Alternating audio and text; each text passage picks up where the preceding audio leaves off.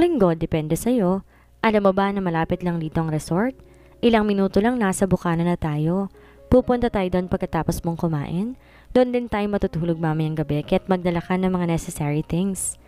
Sinalina ni Raver ang tasa niya ng mainit na kape. Naghibit ng balikat si Nika. You command everything, di ba? All I have to do is to say yes. Sarkastikong sagot niya. Nagsalubong ang kiling lalaki. Nika, hindi kita inaalisan ng karapatang sabihin at gawin ang mga bagay na gusto mo. Hindi niya gustong makipagtalo sa umagang yon, pero di niya maialis sa isip ang eksena sa terasa. Taglay niya sa isip yon kagabi bago siya nakatulog at gusto niyang ilabas ang galit para ang alam niya. Hindi ba pag-alis ng karapatan yung hindi mo pa ako asawa, pinagbawalan mo na akong kausapin si Mike? Kumulimlim ang mukha ni Raver. Nang araw na iwan kanya sa resort, inilas niya ng lahat ng karapatang makausap ka pa.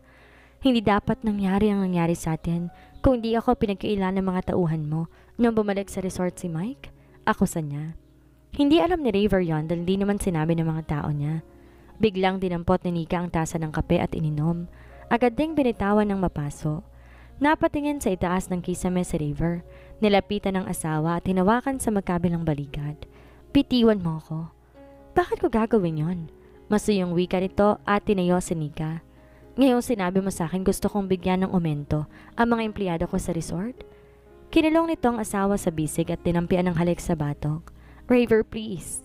Sinika na sa kabila ng Ines na karamdam ng kakaibang init. Ngayon mo lang ako tinawag sa pangalan ko. I like the sound of it from your lips, just like a caress. Mula sa bewang niya tumaas ang kamay ng asawa na marang inahaplos ang dibdib niya. Napaigdad siya ng kaunti at napasandal sa dibdib nito. Bitiwan mo ko. At sinikap alisin ang mga kamay nito, subalit hindi yun inalis ni Raver doon. Sa halip tinaas ang blouse niya, pinasok ang kamay sa loob. Parang gustong manlambot ng binti ni Nika sa ginagawa ng asawa. Dagdag pa ang masuyong paghalik nito sa batok niya. Tila may mga mumunting apoy na nagsindi sa katawan niya. Stop it, Raver. Ayoko lang ginagawa mo. Iba ang sinasabi ng katawan mo, Nika. Kinokontra ng katawan mo ang sinasabi ng bibig mo. Sagot ng asawa na bahagyang kinagat ng punong tenga niya. Napahiya si Nika at mabilis kumawala. Go to hell, Raver. Malakas na tawang sinagot nito. Believe me, darling, I won't take you there. I'll take you to an enchanted realm, to the wildest of your imaginations, and that you will beg me not to take you back to reality. Nagpupuyos ang loob, mabilis siyang tumakbo pabalik sa itaas. Pabagsak siya na upo sa harap ng tokador. Kinuha ang brush at marahas sinuklay ang sariling buhok. Mula sa lamin nakita niya ang pagpasok ng asawa. Nabitawan niya ang brush. Nice lady doesn't swear. Muli hinawakan siya nito sa magkabilang balikat.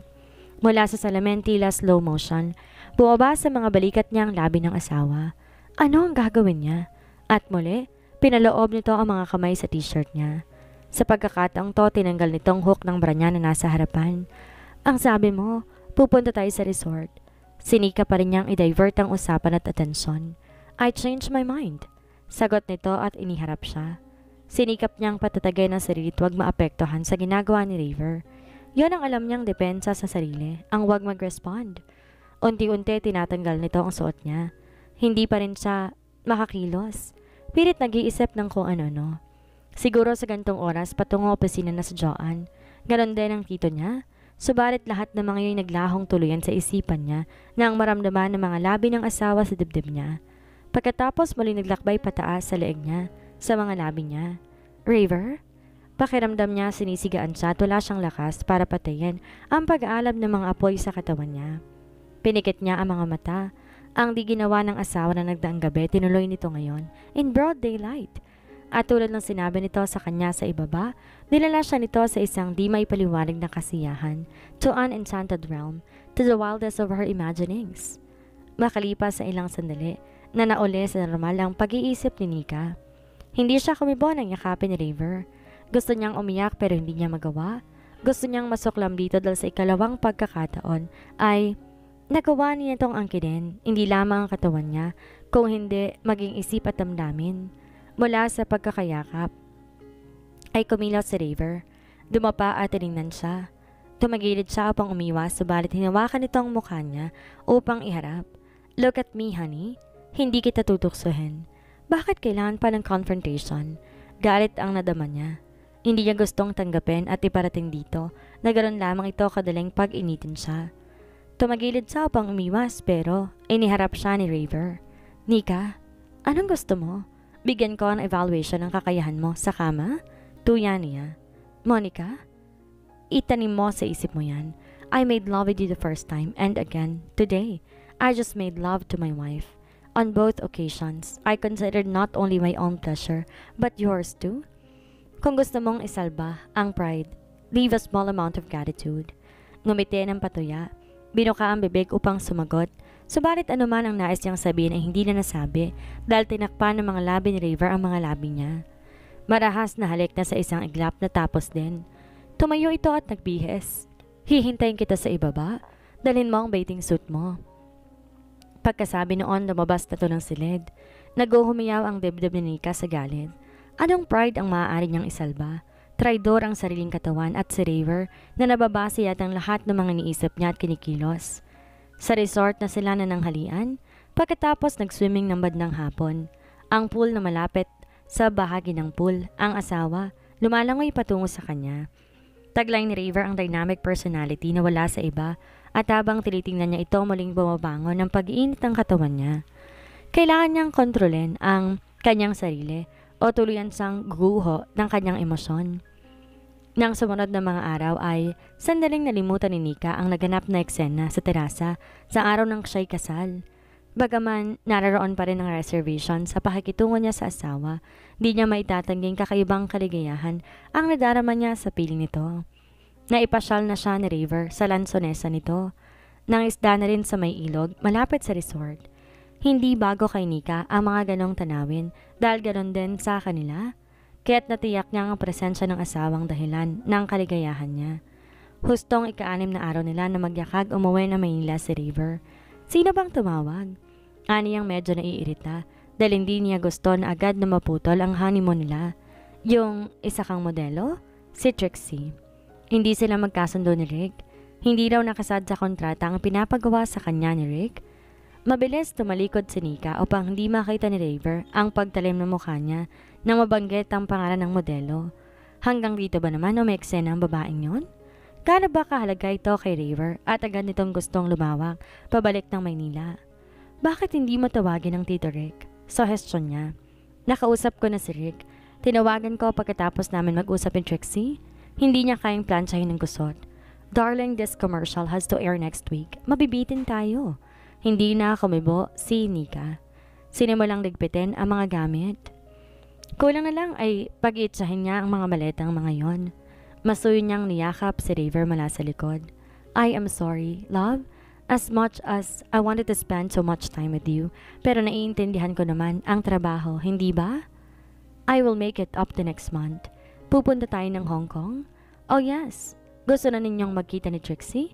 Nais isatin ni Nika yon pero hindi niya nagawa. Wala siyang imik sa biyahe. Sari-saring isipin ang naglalaro sa utak. Kaya ba niyang makisosyo sa ibang babae?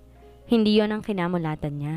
Ang daddy at mommy niya ay maligayang kasama na wala siyang nababalita ang kalokohan ng daddy niya. Subalit iba naman ang sitwasyon nila ni Raver. Pasado 1:00 na ng hapon nang sapitin nila ang manson. Nagpalit lang ng damit si Raver at nagtuloy na ng opisina. Nagkulong sa kwarto nila si Nika. Gusto niya tawagan ng asawa sa opisina kung naroon nga ito o di kaya pupuntahan niya. Pero alinman sa mga yon hindi niya kayang gawin. Siya rin ang mapapahiya. Pasado 8:00 na ng gabi nang marinig niya ang pagpasok sa garahe ng kotse nito. Bago maghapunan tumawag ito at nagpasabi, gagabihin at sa labas kakain dahil may meeting. Lalo lang nagtumindi ang hinala niya. Nagkunwa siyang natutulog nang pumasok sa salid nilang asawa. Naramdaman niya na maghubad to at pumasok sa banyo. Sa lagaslas ng tubig at tiyak niyang naliligo. So, you're washing off every trace of her. Mga ninganin niyang ibatong unan sa pinto ng banyo. Makalipas ang ilang minuto lumabas ng banyo si Raver. Naupo sa gilid ng kama pagkatapos niyakap at tinilikan siya. Nakatulog ako. Protesta niyang pilit tinutulak ang mga braso na kayakap. Sinungaling. Bulong ito sa may punong tenga niya. Nasasamyo niya ang sariwang aftershave ng asawa. Yun palang nagdudulot na ng kakaibang damdamin para sa kanya. Sinikap niyang paglabanan ng nadarama. Nagkunwaring hindi interesado. Kailangan bang gabi-gabi ikiklaim mo ang karapatan mo sa akin bilang asawa? Paangil niyang tanong. Di sumagot ang lalaki at pinagpatuloy ang ginagawa. Binaba ang strap ng nightgown niya at ginawaran ng halik ang dibdib at balikat niya. Raver, protesta, daeng ono pa man, hindi niya rin alam. Gusto mo akong huminto?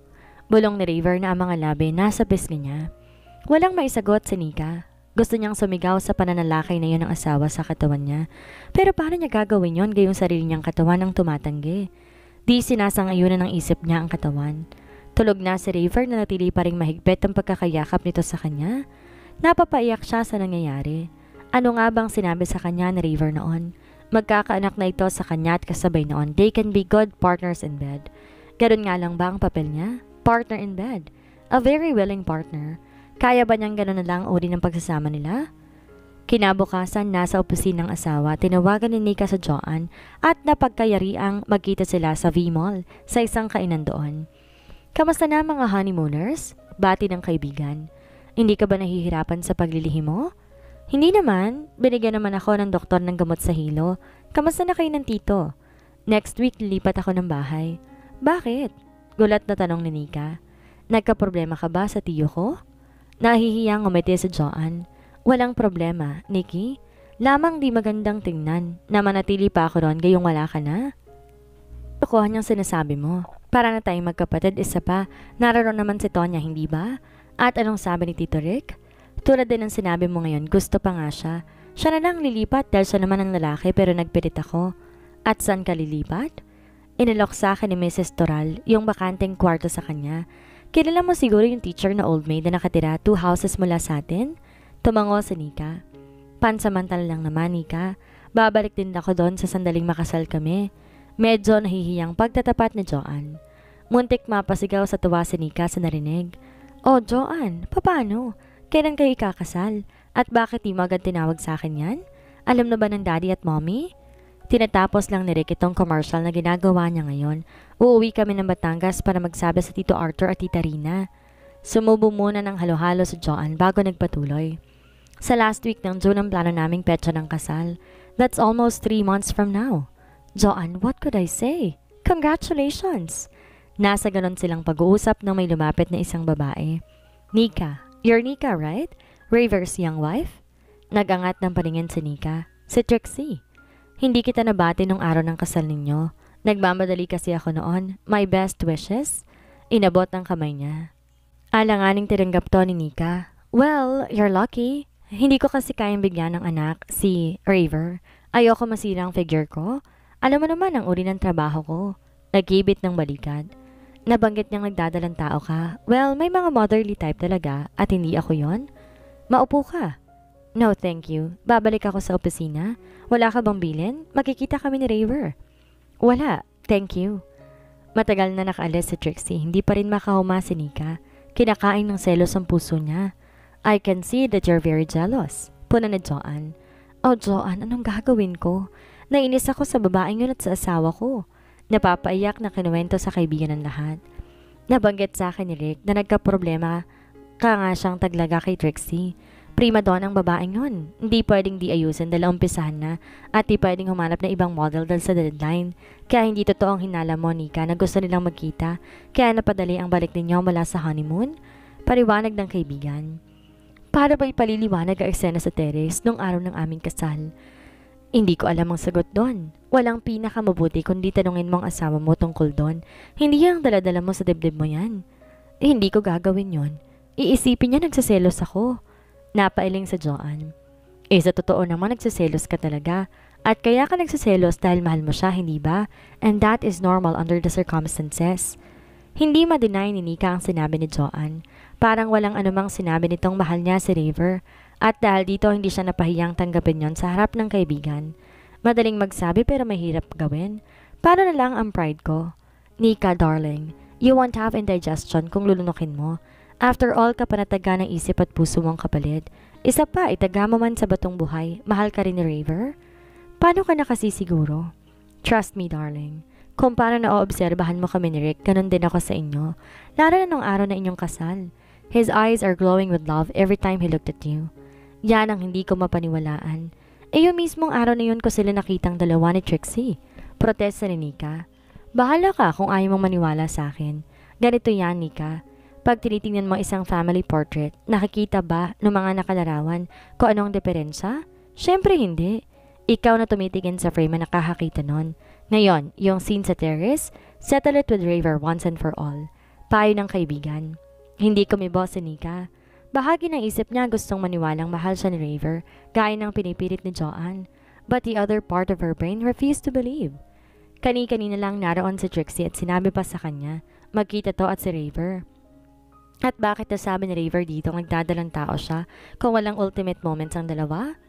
Mabigat ang loob umuwi ng bahay si Nika. Walang pagbabago sa relasyon nilang dalawa ng asawa. Ordinaryo na nakikipagbanggaan siya ng salita dito. Sometimes, she makes him angry at ganon din ito sa kanya at hindi niya din maintindihan ito. Minsan masuyo, naroroong authoritative at arrogante, naroroong yakagin siya nitong kumain sa labas kapag maagang umuwi. Tulad ng araw na iyon na kung saan sinamahan siya nitong magpatingin sa doktor. Maliban sa medyo low blood siya, normal ang kalagayan ng dinadala niya. Love, babalik ako ng Laguna bukas. May aasikasuhin akong transaksyon. May gustong bumili ng kalahating ektaryang lupa sa may silangang bahagi ng resort. Kasama ko ang kliyente ko bukas. Gusto ko sanang isama ka pero babalik din naman agad ako sa hapon at mapapagod ka lamang sa biyahe. Wika ni Raver habang kumakain sila sa isang restaurant. Balak ng kliyente na gawing bahay bakasyonan ang binibili niya. Matagal na niyang iniuungot sa akin yon. Anyway, wala naman gano'n nakatanim na lansones doon, kaya pumayag na rin ako. Isa pa, tinatanong kung utang na loob sa kanya yung pagkakagawa ng resort dahil siya ang naguktok noon. Sa resort tayo nagkakilala, hindi ba? Kinindata ng asawa. Babalik ka naman sa hapon, hindi ba? Yup. Pero kung hindi ba ako uwi na Maynila sa hapon at sa Laguna ako matutulog, will you miss me for the night? Tuksong tanong nito. Oh yes. Hindi ko alam kung papaano ko palilipasin ng gabi na wala ka. Sagot ng isip ni Danica sa malambing na tukso ng asawa. Subalit hindi niya naisatinig sa halip, sunod-sunod na subo ang ginawa nito. Would it hurt your pride so much kung paminsan-minsan sasabihin mo sa akin ang niloloob mo? Hindi ko alam ang ibig mong sabihin, Raver. Isang marahang tawa ang pinakawala ni Raver. How? I missed the very first night na naging akin ka. You were yourself, walang inhibitions. Alam mo kung bakit? Dala ng alak. Pairap na tumingin sa asawa, si Nika. Huwag mong itago ang sarili mo doon, Nika. Ginagawa mong depensang kalasingan mo noon upang itago ang tunay mong damdamin? Di na sumagot si Nika at nagpatuloy na sa pagkain. Kung makikipagdigmaan siya ng salita sa asawa, tiyak niya, talo siya. Mahigit ng isang oras na nakalis si Raver pamunan niya ang isang brown envelope sa mesa. Nang tignan niyang laman, deed of sale sa lupang ipinagbibili. Mabilis niyang dinampot ang telepono sa pag-aakala na nilimutan to ng asawa at maihahabol pa niya. Hello, Jink. Si Mrs. Valencia to. Nariyan pa bang asawa ko? Ay ma'am, kaalis-alis lang. Kung napaga kayo ng unti sa pagtawag, ipakain na buta ninyo. Late na nga po silang umalis dahil hinihintay pa nila si Trixie. Sagot ng sekretarya. Tila nabingi sa tinura ni Jinky, si Nika. Kasama ni River si Trixie? Kasama ba si Trixie? Pag-uulit niya sa pag-asam na nakaringgan lamang niya. Yes ma'am. Kung may kailangan kayo kay sir, sa cellular na lang ninyo kausapin. Gusto niyong ako ang tumawag para kontakin kayo? Ako na lang, Jink. Thank you. Marahang ibinaba ang nanginginig na kamay niyang telepono. Nilatag niyang katawan sa higaan. Nakatitig sa kisame. Malakas ang aircon sa kwarto pero pinagpapawisan siya. Kasama ni Raver si Trixie. Sa Laguna, niloloko siya ng asawa. Nagsisinungaling ito sa kanya. Gusto niyang maghisterya, magsisigaw.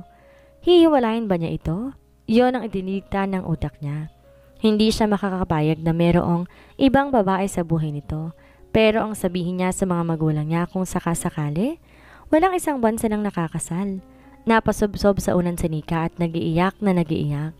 Kung gaano katagal siya sa ganong ayos ay hindi niya alam. Isang marahang katok ang napabalikwas sa kanya. Tumayo siya at binuksan ng pinto. Bakit, Elsie? Tanong niya sa katulong. Pasensya na po kayo pero lampas alas 12 na pero hindi pa rin po kayo bumababa.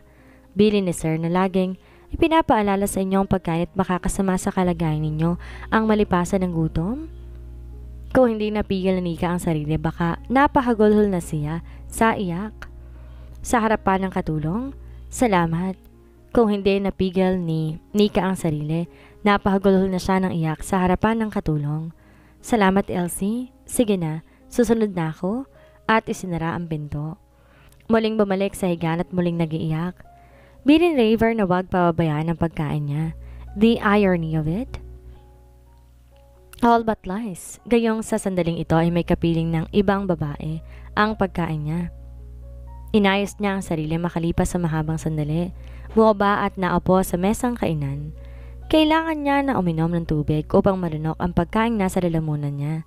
Hindi niya gusto na kumain. Mas nanaisin pa niyang magkulong sa kwarto at umiyak ng umiyak. Tumango siya. Tinungo ang kinilalagyan ng telepono. Hello, Joanne? Nika. Oh, bakit ganyan ang boses mo? Umiiyak ka ba? Ang tanong ng nasa kabilang linya. Pwede ba tayo magkita ngayon? Hihintayin kita sa Cubao. Sa perfumery section, please? Sure, mag-a-under time ako. 1:30 pa lang, give me an hour mula dito sa Makati. Pasensya ka na, but I need someone to talk to, Joanne. Hindi niya mapigilang di humikbi. I'll be there. Please calm down, Nika. Pagkatapos maibaba ang linya, kumuha ng papel si Nika. Nag-iwan ng mensahe para sa asawa kung uuwi ito sa hapon. Kung uuwi nga, 1:45 na magpatawag siya ng taxi. Hindi niya kaya mag-drive sa gantong emotional conditions niya. Pasado 2:00 ang sapitin niyang tagpuan nila ni Joanne. Wala sa sariling nagpaikot-ikot na muna siya. Tiningnan niya ang mga displays pero wala namang nakikita. Tinatakpan ang shade sa mga mata niya na inaagusan ng luha at mayat maya. Basa ng hawak ng panyo. May kung ilang sandali dyan siya naglalakad-lakad nang maramdaman ang pag-ikot ng paningin. Oh no, not today. Aniya sa sarili. Umiikot ang paligid niya. Mabilis siyang humawak sa counter kundi baka siya matumba. Ma'am, are you alright? Anang sales clerk. Isang tango ang sinagot niya pero matinding liyo ang nararamdaman niya. Nang maya-maya lumapit ang isang lalaki. Nika? Mike? Kanina pa kita tinitingnan. Naka-shades ka kasi at lagi pa sa mukha mong kamay mo. Akala ko hindi ikaw. Napahawak sa braso ng dating kasintahan sa Nika. Dala mo ba ang kotse mo, Mike? Yes. Something wrong, Nika? Please, pwede bang maupo muna ako roon? Sure. At inalalayan palabas ang dating kasintahan. Sa parking space na kinapaparadahan ng kotse nito ay binuksan ang passenger seat at ipinasok si Monica. Sumandal ito at pumikit. Anong nangyayari sa iyo, Nika? Gusto mong dalhin kita sa klinik? Nag-aalalang tanong ng binata. Walang anuman to, Mike. Lilipas din to. Anong oras na? Tanong niya na bagaman may sariling relo, hindi gustong magbukas ng mga mata. 3:05 na. Bakit wala pa sa Joanne? 30 minutes nang mahigit itong late sa oras na sinabi nito at di nagbabagong pakiramdam niya. Kumakalampang sikmura niya na tila gusto niyang maduwal at hindi siya nakapagdala ng tabletang gamot sa dizziness. Gusto mo ihatid kita sa inyo? Alok ng binata. Wala sa loob, tumango si Nika. Di niya naisip na ang inyo na tinutukoy ni Mike ay ang bahay ni Rick sa Blue Ridge. Di nito alam kung saan siya katira. Binuksan ng katulong ang gate nang bumasina si Mike. Umikot sa kinaupuan ni Nika at binuhat siya papasok sa loob. Nilapag siya nito sa malaking sofa. Tatawag ba ako ng doktor? Tanong ni Mike. You're cold. No, I'll be alright. Salamat, Mike. I'm pregnant? Pagtatapat niya. Oh, well, congratulations. At tinawakan ang palad ng dating kasintahan. I really mean it, Nika. Somehow I was able to get by. Na mga sandaling yon papasok ng Blue Ridge si Raver. Nasa labas pa ng Maynila nang tumawag at malamang walang asawa. Sa bahay nabasa nitong mensaheng iniwan niya. I won't be back tonight. Sinabi rin ng katulong na nag-iyak ito at di kumain. Walang alam maaaring paghanapan si Raver kundi si Joanne. Nang tawagan ng opisina ng dalaga, nag-undertime daw. Di maisip ni Raver kung ba't ganun ang mensahe ni Nika. Tumawag siya sa opisina, tinanong sa sekretarya kung nag-iwan ng message sa kanyang asawa. Maliban sa tawag ng umaga, wala nang sinabi pa si Jink. Pinaulit ni Raver eksaktong usapan word for word. Nang matapos si Jink, may nabubuo ng hinala si Raver. Kulang na lang liparin ng kotse niyang daan patungong Blue Ridge. Yun lang alam niyang maaaring puntahan ng asawa. Nagtagis sa mga bagang niya ng malayo pa lang, natanaw na niyang pamilyar na kotse ni Mike. Tulad din nung una magkita sila.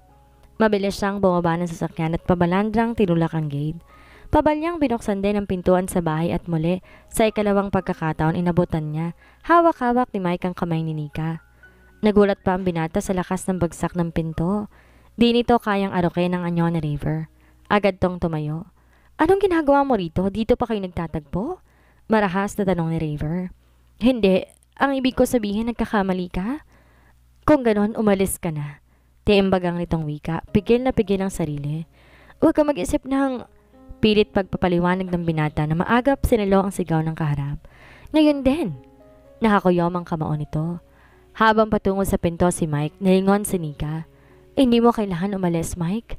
Pilit bumabangon si Nika ang naguguluhan sa biglang paglitaw ng asawa. Saka na lang tayo mag-usap muli, Nika. Sagot ng binata sa may pinto. Ito na ang huli ninyong pagkikita. Agap ni River sa matigas sa tinig. Isang kibit balikat ang sinigot ni Mike, tuluyang lumabas. Pabagsak na sinara ni River ang pinto. Magsasalita sana si Nika at unti-unti nahihimasmasan, subalit naunang magsalita ang asawa. Sabihin mo sa akin ang totoo, Nika. Kahit ikamatay ko, tatanggapin ko. Ganon pa man mananatili ka sa akin hanggang sa maipanganak mo ang anak ko. Walang salitang lumabas sa bibig ni Nika. Nagulat siya sa sinasabi ng asawa. Anong totoo? Hindi niya maintindihan. Nang tumingala siya, nag-aapoy ang mga mata nito sa galit. Nasasaktan ako, ano ba? Gusto ko marinig ang totoo, even it will take my breath away. Anong totoo bang sinasabi mo? Mahal mo pa rin ba si Mike hanggang ngayon? Hindi mo siya nakakalimutan kahit sandali? Hindi. Agap niya sa sinasabi ng asawa. I have long forgotten him. Nung unang araw na iwan niya ako sa resort, pinutol ko lang anumang damdamin meron ako sa kanya. If there was any after all. Bagaman naroon pa rin ang galit, unti-unting lumuwag ang pagkakahawak ng asawa sa balikat niya. Nung una ko siyang makita dito, ganun ding tagpo, halos ilang gabi akong di makatulog sa matinding selos. Pagtatapat na lalaki. Nagsiselos ka kay Mike? I spent sleepless nights of agonizing jealousy. Pinalalakas kong loob ko na sa sandaling makasal tayo, malilimutan mo siya. Walang halaga sa akin si Mike. Bakit siya narito? Bakit nag-iwan ka na note sa bahay na hindi uuwi ngayong gabi? Muling naramdaman ni Nika ang balikat niya, hawak ng asawa. Di sinasadyang nakita kami sa Rostans. Nahilo ko, tinatid niya ako, ganun lang. We were talking more on friendly basis. Paliwanag ni Nika. Bakit? At yung ikalawang kong tanong? Nagyoko ng ulo si Nika. Sumagot ka, Nika, ba't di ka uuwi ngayon sa atin? Kasama mo si Trixie sa Laguna? Yes. Hindi alam ni Nika kung ano susundan na sasabihin. At ano pa? Nung araw ng kasal natin, I saw you kissing her sa terrace. Unti-unting umaliwala sa mukha ni River. Lihim na nangiti. Hinawakan ng baba ng asawa at iniharap sa kanya. Let me rephrase that. You saw Trixie kissing me, not the other way around. At kung nagtagal ka pa, marahil nakita mo sana. Inalis ko ang kamay niya sa leg ko at niyaya siya palabas. Bakit kanya hinalikan? Tila ba ang batang nagtatanong sa Nika? Pamamaalam sa nagdaang relasyon dahil may asawa na ako. Sabi niya hindi niya kaya mawala ako, which I rumored. Dahil alam kong sa loob ng ilang araw may papalit na siya.